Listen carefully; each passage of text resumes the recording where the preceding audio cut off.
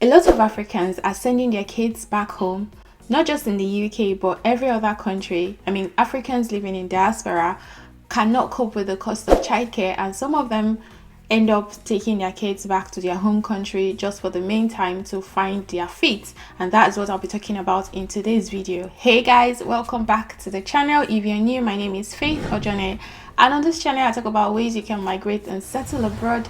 And if this is the kind of content you like, do hit the subscribe button to join the family. So without saying so much guys, let's get started.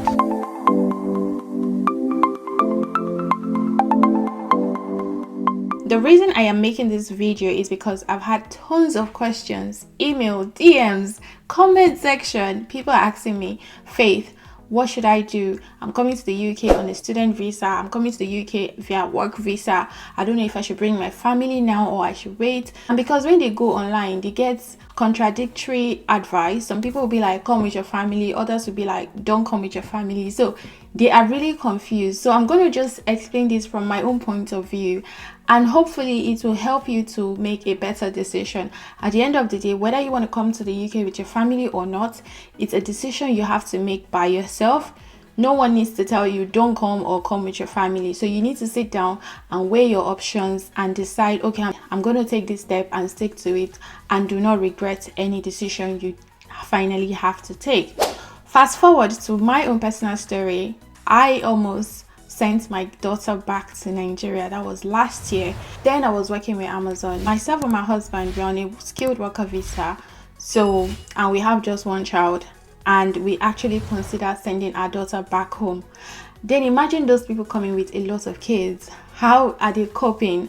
So the reason we decided not to take her back to Nigeria was because she's already here, and the time she has spent in the UK is going to count towards her indefinite leave to remain. And since she's already here and she has already spent a year in the UK, we felt like sending her back to Nigeria and making her stay longer, more than a year, we make her to lose the time she already spent. The UK rules for indefinite leave to remain is that you need to live in the UK continuously for 5 years. Even if you're going to travel abroad, you shouldn't spend more than 180 days per every 12 months. So in every 1 year, you have 180 days to travel, and you shouldn't spend more than that time outside the UK, because if you do, you're going to lose the time you spent in the UK. That means you're going to start again, accumulating time spent in the UK for your ILR. We just felt like, okay, our daughter has already spent a year in the UK.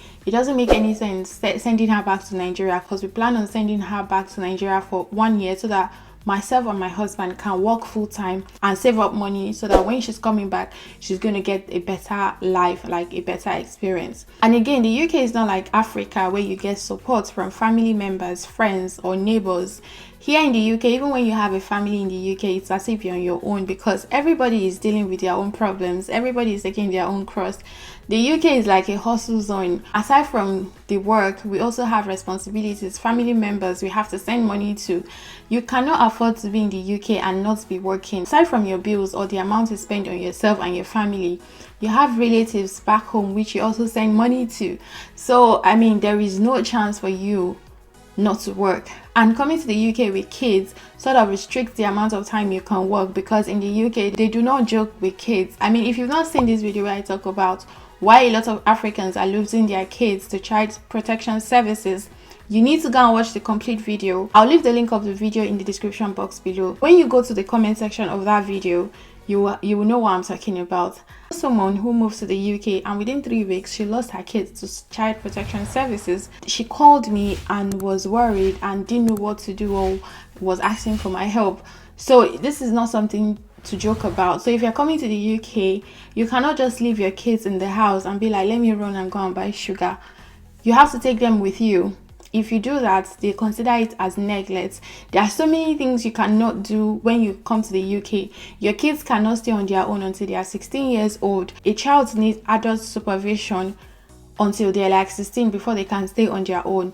And UK is not that communal like Africa, that you can be like, oh, Mama Esther, I'm going to the market to let my children stay with you. I'll go and come back. Nobody's sent you for this country. Like, you are literally on your own.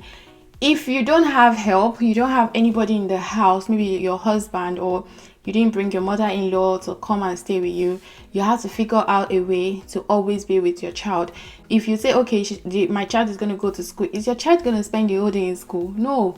So if your child is going to the free government school, they closes at 3, so you still need to go pick your child up from school.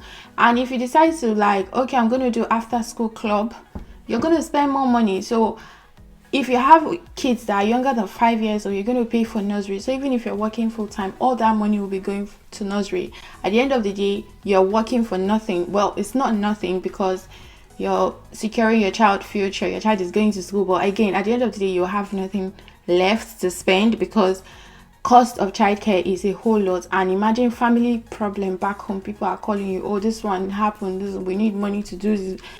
You cannot send money because you're working, but it's like you're not working. A man recently reached out to me that him and his wife, they actually came to the UK on a work visa, but they've decided that they're going to send their son back home to their home country and stay back for at least, let them like settle.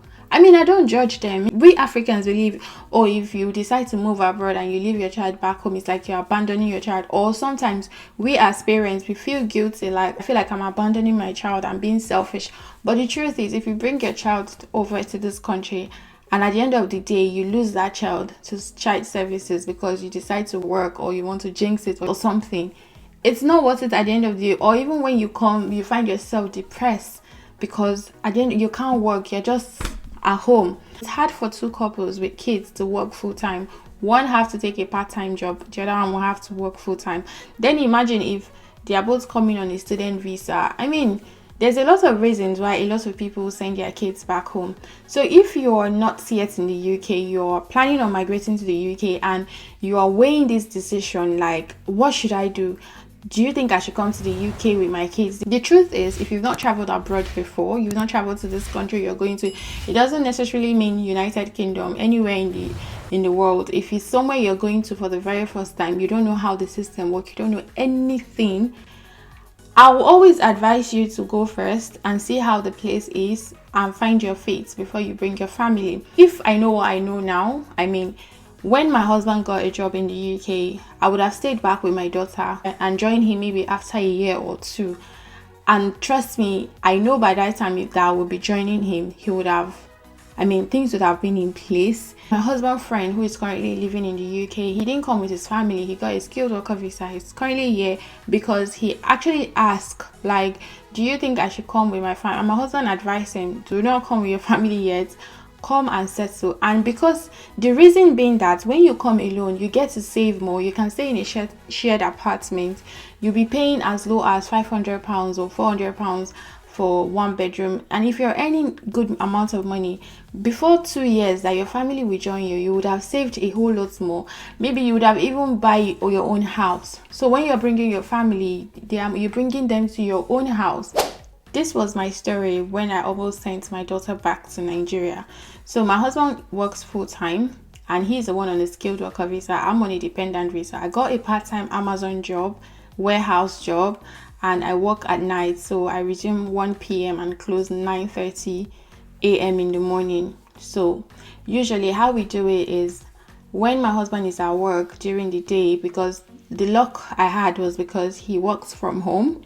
So he will be with her till I come back from work. When I come back from work, I would stay with her and he would focus on his work, and he will close by 6 in the evening and take over, and I would be able to sleep for like 6 hours and go back to work. That was how we were doing it. But it got to a point where, because I was sleep deprived, like I wasn't sleeping enough. Imagine sleeping for just 6 hours or 4 hours. Not like it's even a straight sleep, because once in a while my daughter will barge in to play with me. I'll have to wake up to make food. So I wasn't really sleeping well. And being the kind of job I'm doing, the job is physically draining. If you've not seen the Amazon video before, I did my life working as an Amazon sortation associate. I'm going to leave the link here so you guys can go and watch the video and see the kind of job. I mean, that job, if you're coming from work, you're supposed to just be sleeping till the next day and resume again. It was not easy. I mean, I was able to do the job for 7 months, but man, my back, my body, my mental health, everything was drained. I mean, I was physically, emotionally, mentally tired. I couldn't cope. What made me to decide, like, okay, this job is not for me? There was this particular day that I slept for 17 hours, guys. Yes, I literally slept for 17 hours. During the day when I was supposed to be with my daughter, I did not know what happened. I just slept off. I didn't know what was going on. I've never slept like that in my life before. It was such a deep sleep. My body needed it. The luck I have is that my husband was working from home. So when he saw that there was nothing he can do to wake me up so that he can work, he just took an excuse from his manager and like he has family emergency. My husband is just the best. I mean, he took that excuse and stayed with our daughter. I slept for freaking 17 hours. I mean, I counted it because I'm like, this day I need to record it because this is something that has never happened before. If you're here thinking, okay, should I come with my family to the UK or should I not? Or if you're already in the UK and you're contemplating, should I send my kids back home because this is not working? I mean, please do not feel guilty about your decision. You need to do what is best for you because it is not going to be easy. If you decide to come with your kids, just know that you'll be sacrificing a whole lot, and I mean, it might slow your process. I mean, slow the process of you achieving your goals that you've had plans. Or I mean, just know that everything you've planned before, if you're coming with your children, just leave it in the bin because that plan's not going to work. Except, I mean, I don't know, I'm not saying nothing is possible. I mean, some people's plan goes well, but I'm just saying there's a little chances of you achieving all your goals when you come with a full family to a country that you've never been before. The settling process will be challenging. Getting an apartment in the UK is not easy. Imagine getting an apartment with family. Most landlords don't want to rent their house to you. I mean, the whole process, the challenge is just too much that, I mean, think about it, weigh your options. So do not feel guilty about it. I keep changing jobs, looking for the jobs that will be favorable to our family situation. But the truth is, no job is like that in the UK. Most employers, once they hire you, they want you to work. They are paying you to work, so you have to work. There is no excuse or family emergency, blah, blah, blah. So you need to get things together before you, I mean, decide.